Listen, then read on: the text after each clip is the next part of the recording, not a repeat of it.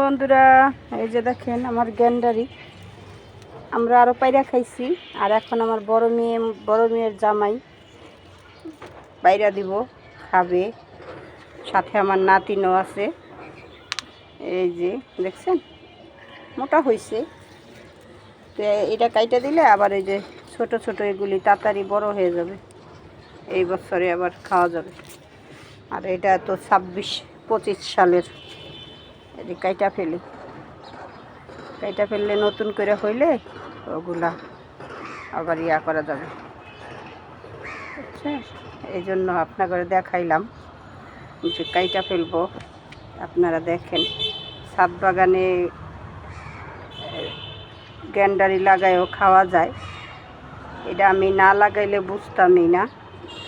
এই যে লাগাইছি, ওই গত বছর 25 সালে 7টা খাইছি, আর এই যে আরও 2টা আছে।